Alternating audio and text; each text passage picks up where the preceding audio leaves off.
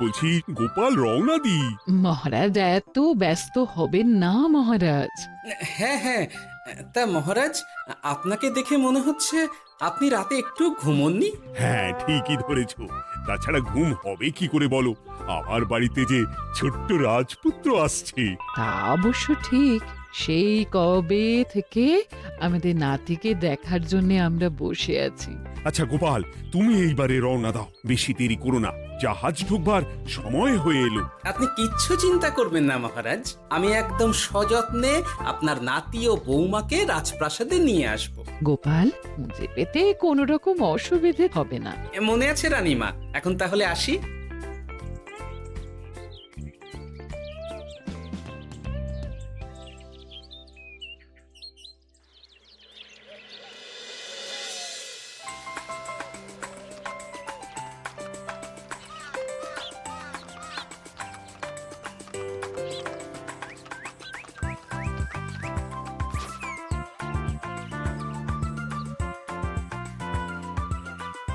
এসো এসো বৌমা এসো, আরে আমার নাতি বাবু যে। বৌমা, পথে আসতে কোনো কষ্ট হয়নি তো? এইটুকু পথ আসতে কোনো রকম কষ্ট হয়নি মা। গোপাল কাকা এত ভালো যে কি বলবো। যাক যাক, গোপাল তাহলে আরো একবার আমার মান রাখলো। যতদিন গোপালের ধরে থাকবে তার প্রাণ, সে ততদিন মহারাজের রাখবে যে মান। হ্যাঁ মহারাজ, আমি থাকতে আপনি একদম চিন্তা করবেন না মহারাজ। বেশ বেশ বেশ। আমি তাহলে এখন আসি, কেমন? আরে আরে, কোথায় যাচ্ছ গোপাল? একেবারে মধ্যাহ্ন ভোজনটাও সেরে যাও। ও, ভোজনের ব্যবস্থা আছে, তাহলে তো থাকতেই হবে। ওই ভোজনের কথা শুনেই গোপালের জিভের ওজন বেড়ে গেল। তুমি থামো তো মন্ত্রী, আসলে আজ বিকেলেই আমাদের কুল গুরুদেব আসছেন, তোমরা সবাই থেকো, আজকেই নাতিবাবুর অন্নপ্রাশনের দিনটা স্থির করে নেব। এ তো বেশ ভালো কথা। বেশ তাহলে, বেশ ভালোই হলো। রোজ বাড়িতে খেতে খেতে জিভে একেবারে চড় পড়ে গিয়েছিল। বহুদিন পরে রাজবাড়ির পোলাও কোরমা খেয়ে পেট ভরাবো।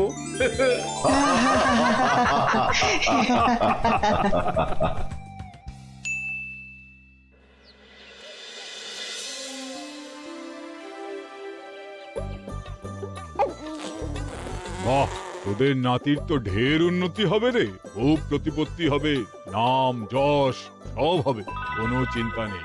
গুরুদেব, নাতির শরীর স্বাস্থ্য ভালো থাকবে তো? দেখ, এমনিতে খুব একটা কিছু অসুবিধা তো দেখছি না, তবে হ্যাঁ, সম্প্রতি একটা বড় সড়ো ঝড় বয়ে যাবে দেখা যাচ্ছে। কি সর্বনাশ গুরুদেব, এসব কি বলছেন, কথাটা কি সত্যি? আমি মিথ্যা বলি না, যা দেখলাম, ঈশ্বর আমাকে দিয়ে যা বলালেন তাই বললাম। তাহলে কি হবে গুরুদেব? এই বিপদ এড়াবার কি কোনো উপায় নেই গুরুদেব? ওরে, তোরা আমার পুরো কথাটা শোন, কথার মাঝেই যদি এত প্রশ্ন করতে থাকিস তাহলে আমি কিভাবে আমার কথাটা শেষ করব? হ্যাঁ, ক্ষমা করুন গুরুদেব, আপনি বলুন বলুন। শোন, ওর কপালে ঝড় থাকলেও সে ঝড় ঠিক কেটে যাবে, চিন্তা করিস না, ভগবান আছেন, উনি বিপদ ঠিকই কাটিয়ে দেবেন। যখন বিপদ চরম সীমায় পৌঁছে যায় তখন ঈশ্বর নিজে এসে আমাদের বিপদ মুক্ত করে। সত্যি গুরুদেব, ঈশ্বর নিজে আসেন? হ্যাঁ, নিজে আসেন। জয় গুরুদেবের জয়। গুরুদেব, এইবারে তাহলে আপনি একটা শুভ দিন বলে দিন, নাতিবাবুর অন্নপ্রাশনটা ধুমধাম করে দিতে হবে তো। আজকের পর থেকে ঠিক 3 দিন বাদে একটা খুব ভালো দিন আছে, ওই দিন তাহলে অন্নপ্রাশনের ব্যবস্থা কর। বেশ বেশ, তবে তাই হবে গুরুদেব, তাই হবে। গোপাল, তাহলে সব কিছুর বন্দোবস্ত করা শুরু করো। সে আর বলতে রানীমা, আমি আগামীকাল থেকেই একদম জোর কদমে মাঠে নেমে পড়বো। হ্যাঁ রানীমা, আমি কোনো দায়িত্ব নেব নাকি? না থাক, যদি প্রয়োজন হয় তুমি গোপালকে সাহায্য করো।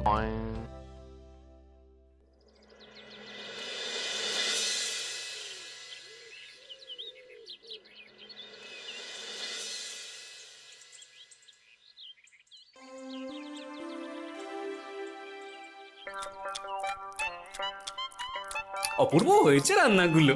সুযোগ পেয়েছে একেবারে 3 দিনের খাওয়া খেয়ে নিচ্ছে। সুযোগ কি কেউ ছাড়ে মন্ত্রী মশাই? এই আপনিই বলুন না, যখনই সুযোগ পান কোষাগার থেকে একেবারে থলি ভরে ভরে মোহর সরিয়ে। থাক, মুখ বন্ধ করো, আমার ঘাট হয়েছে বলাটা। তুমি বাবু মন প্রাণ ভরে খাও, কেমন? মহারাজ, এইরকম একটা খুশির দিনেও আপনার মুখে হাসি নেই কেন? আসলে নাতিবাবু তো আর 2-1 দিন পরেই চলে যাবে, সেই কারণেই মনটা বড্ড ভারাক্রান্ত হয়ে রয়েছে। তা তো ঠিকই, আমাদের ছেলেটা আসতে পারলো না, যাও বা নাতি এলো, তাও তো এই কটা দিন কি আনন্দেই না কাটলো। আচ্ছা রানী, আমরা যদি আমাদের কাছে আরো কদিন নাতিবাবুকে রেখে দিই তাহলে কেমন হবে? মানে বৌমাকে তো ফিরতেই হবে, বিদেশে আমাদের খোকার কত কাজ বলো তো।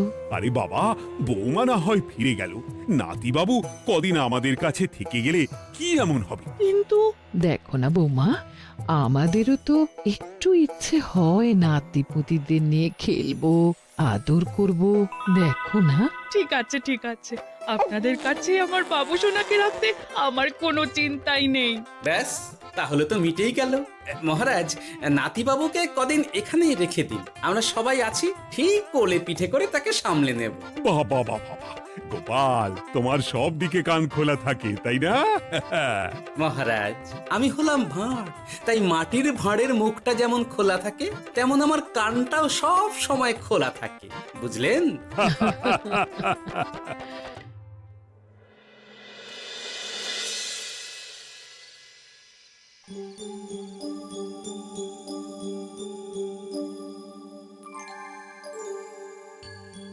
কি ব্যাপার মহারাজ, আপনি এখনো শোননি কেন? শরীর খারাপ করছে নাকি? না রানী, একটা কথা খুব ভাবাচ্ছে বুঝলে। কি কথা মহারাজ? এই যে সেদিন গুরুদেব বললেন না, যখন গভীর বিপদ আসে তখন ঈশ্বর নিজে আসেন বিপদে মোকাবিলা করার জন্য। হ্যাঁ মহারাজ, বললেন তো। আচ্ছা, ঈশ্বর কি বিপদে সত্যি নিজে আসেন? কিন্তু তিনি নিজে তো বিশাল শক্তিধর, ক্ষমতাবান, তাহলে তিনি নিজে না এসে অন্য কাউকে পরিস্থিতির মোকাবিলা করতে পাঠান না কেন? মহারাজ, ঈশ্বর কখনো কখনো নিজেই হয়তো আসেন, অথবা কখনো কারো দ্বারা বিপদ খণ্ডন করেন। ব্যাপারটা খুবই সহজ মহারাজ। না না, কিন্তু আমার মনে হয়। মহারাজ, আপনার কি মনে হয় আমি জানি না, তবে আমার যা মনে হয় আপনাকে বলেছি।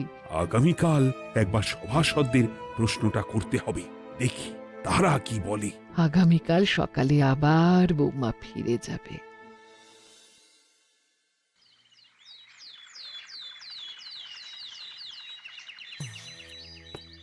আমি তাহলে আসি, আমার সন্তানকে আপনাদের কাছে কদিনের জন্য রেখে গেলাম, ওকে খুব যত্নে সাবধানে রেখে দেবেন, কেমন? তুমি কোনো চিন্তা করো না মা, আমাদের নাতিবাবু একদম দুধে ভাতে থাকবে। কদিন একটু দেশের মাটিটা চিনে নিক, তারপর না হয় আবার বিদেশে পাড়ি দেবে। এই বলো সোনা।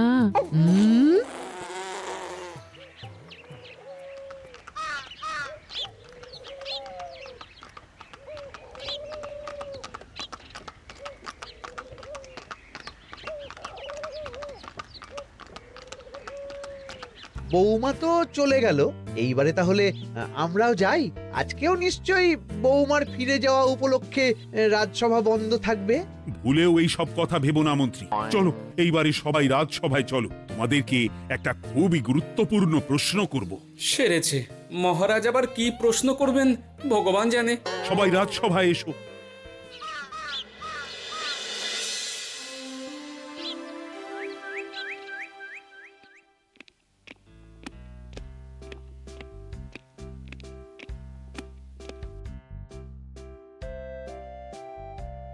আচ্ছা, তোমরা সকলে বলো তো, ঈশ্বর কি সত্যি বিপদ খণ্ডনে এই ধরাধামে অবতীর্ণ হন?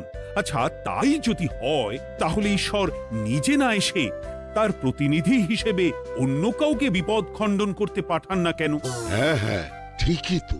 কেন কেন, ঈশ্বর তো মহাশক্তিধর, উনি চাইলেই যা খুশি তাই করতে পারেন। মহারাজ, আমাদের যেমন ইচ্ছে হলে আমরা খাই দাই ঘুমাই ঘুরে বেড়াই, ঠিক সেই রকম ঈশ্বরেরও ইচ্ছা হয় নিজে নেমে এসে জগতের কল্যাণ করার। না না না, আমি কিন্তু আমার প্রশ্নের যথাযথ উত্তর পেলাম না। এই গোপাল, তুমি কিছু বলো না, একদম মুখে কুলুপ দিয়ে বসে আছো কেন? হ্যাঁ, না মহারাজ, মুখে কুলুপ দিয়ে নেই, আসলে খিদেতে পেটে ছুঁচো দৌড় দিচ্ছে।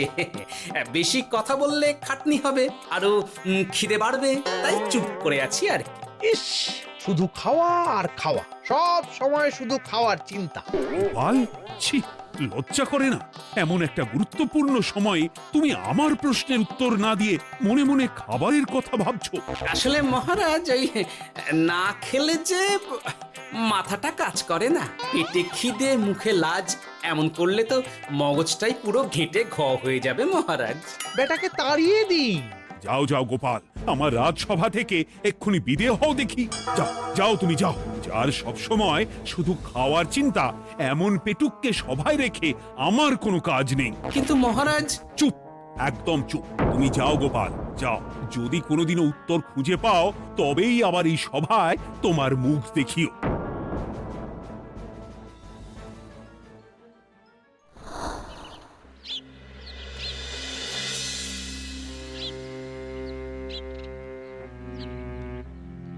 মহারাজ যে এমন সামান্য কারণে আমায় রাজসভা থেকে বার করে দেবেন ভাবতেও পারিনি। এখন কি যে করি, একে তো মাসের শেষ, সংসারে তুমুল টানাটানি। এক কাজ করি বরং, গিন্নিকে নিয়ে কদিন শ্বশুর বাড়ি চলে যায়, কদিন পায়ের উপরে পা তুলে আরাম করে আয়েশ করে দিন কাটাবো। হ্যাঁ, তাই করি।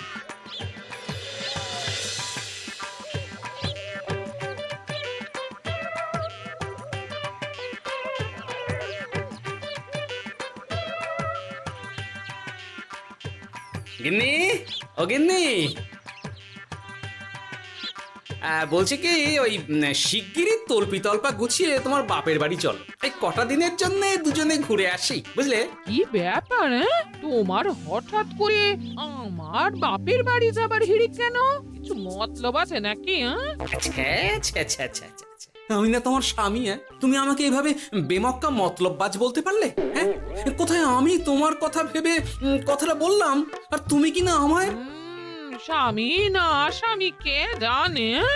এই গত 3 মাস ধরে বাপের বাড়ি যাওয়ার কথা বলছি, তুমি তো তখন কানেই নিচ্ছিলে না, এখন হঠাৎ? আচ্ছা আচ্ছা, বুঝেছি বুঝেছি, অনেক ঝগড়াঝাটি হয়েছে, এইবারে তল্পি তল্পা গুছিয়ে চলো, মেলা সময় বয়ে যাচ্ছে। কি এক্ষুনি যাবে নাকি? সন্ধে হয়ে এলো তো। এই সন্ধে হয়ে এলো তো কি হয়েছে, চলো চলো চলো, শিগগিরই চলো। ঠিক আছে, আমি প্রস্তুত হচ্ছি। তুমি তাহলে একখানা গরুর গাড়ি ডেকে আনোগে, যাও যাও। আরে মিছিমিছি গরুর গাড়ি রাখবো কেন? আরে বাবা, আমরা হেঁটে যাব, হেঁটে। কি বলছো?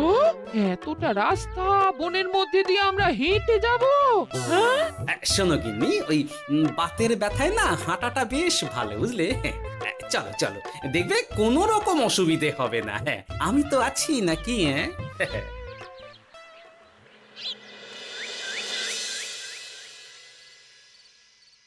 বাবা, হ্যাঁ, বনটা বেশ ঘন। বলি, এই সময়ে এই বনের মধ্যে দিয়ে কেউ হেঁটে যায়? মেলা গজগজ না করে চুপচাপ এসো দেখি। ও মা গো, বাবা গো, বাবা গো, কি লাগাটাই না লাগলো গো। আরে, তোমার থেকে আমার বেশি লেগেছে, যাকখানা ধাক্কা মারলে। কি করবো? গিন্নি আমায় ধাক্কা মেরে ফেললো বটে, কিন্তু আজ আমি মহারাজের প্রশ্নের যথাযথ উত্তর পেয়ে গেলাম। বেড়াল ছানাটিকে বাঁচাতে কোনো কিছু না ভেবেই কিভাবে বেড়ালটা ওই বাঘা কুকুরটার দিকে তেড়ে গেল। হ্যাঁ, তার মানে বিপদে পড়লে সন্তানকে বাঁচাতে না, আমাকে এক্ষুনি একবার রাজপ্রাসাদে যেতে হবে, রানীমার সঙ্গে কথা বলতে হবে। আরে আরে আরে আরে, ওদিকে কোথায় চললে গো? ওদিকে তো তোমার শ্বশুর বাড়ি নয়? আরে বাবা, আমার নয়, তোমার শ্বশুর বাড়ির দিকেই আবার যাচ্ছি, বুঝলে? তার মানে আমরা আর যাবো না? না না, পরে যাব, তাড়াতাড়ি এসো দেখিনি। এ কি রে বাবা, লোকটার মাথাটা কি গেছে নাকি? কখন যে কি করছে নিজেরই ঠিক নেই, যত সব।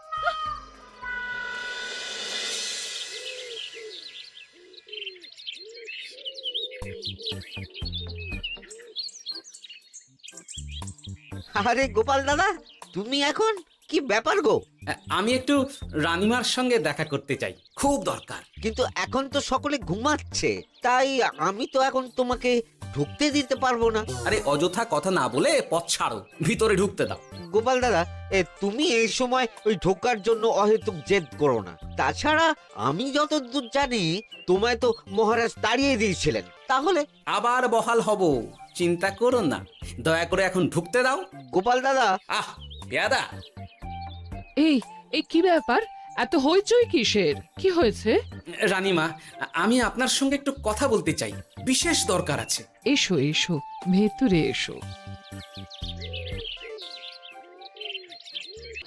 তাহলে মহারাজকে তোমার পরিকল্পনা মতো বাইরে নিয়ে যেতে পারলেই উনি ওনার প্রশ্নের উপযুক্ত জবাব পেয়ে যাবেন, বলছো? সে ব্যাপারে আপনি 100% নিশ্চিত থাকুন রানীমা। এখন আপনি শুধু আমার পরিকল্পনা অনুযায়ী মহারাজকে নৌকা বিহারে যেতে রাজি করান। তারপর কি হয় সেটা আপনি নিজেই সচক্ষে প্রমাণ পেয়ে যাবেন। তোমার উপরে আমার অগাধ আস্থা গোপাল। ঠিক আছে, তুমি যেমনটা বললে ঠিক ওইভাবেই আমি নৌকা বিহারের ব্যবস্থা করছি। রানীমা, দেখবেন এই পরিকল্পনাটা যাতে কোনোভাবেই পাঁচকান না হয়, তাহলে কিন্তু সব ভেস্তে যাবে। নিশ্চিন্তে থাকো গোপাল, কিচ্ছু হবে না, নিশ্চিন্তে থাকো।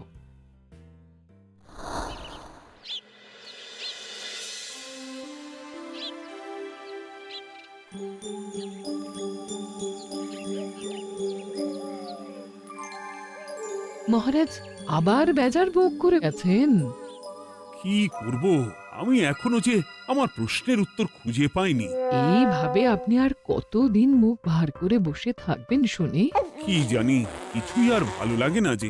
বলছি শুনুন না মহারাজ, নাতিকে নিয়ে চলুন না, আমরা একটু নৌকা বিহারে যাই, তাহলে ওরও ভালো লাগবে আর আপনার মনটাও বেশ অন্যরকম হবে। ঠিক আছে, তাহলে চলো একটু নৌকা বিহার করে আসি।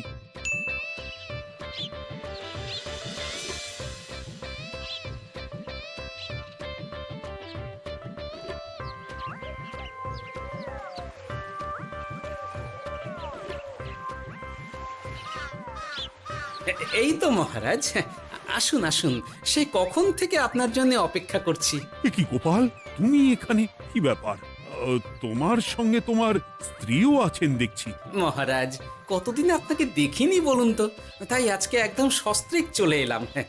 চলুন চলুন, সকলে মিলে নৌকো বিহার করে আসি। কিন্তু আমি তো তোমাকে তাড়িয়ে দিয়েছিলাম, তারপরেও তুমি। মহারাজ, অনেক তো হয়েছে, এখন এসব কথা ছেড়ে নৌকোতে টুকুস করে উঠে পড়ুন দেখি। কিন্তু মহারাজ অযথা দেরি করবেন না, চলুন উঠে পড়ুন।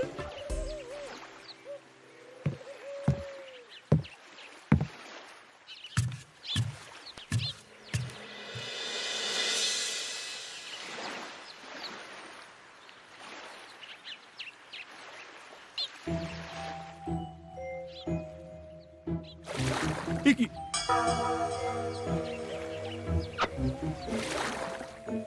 এই নাও,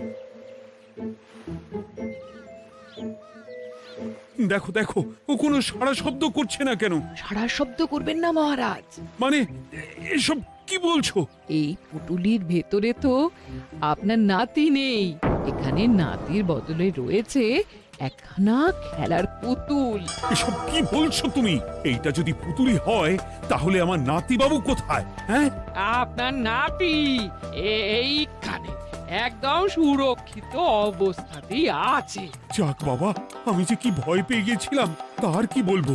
কিন্তু রানী, তুমি আমার সঙ্গে হঠাৎ কেন এমন ছলনা করলে? হ্যাঁ, আমার কথাই মহারাজ। কেন?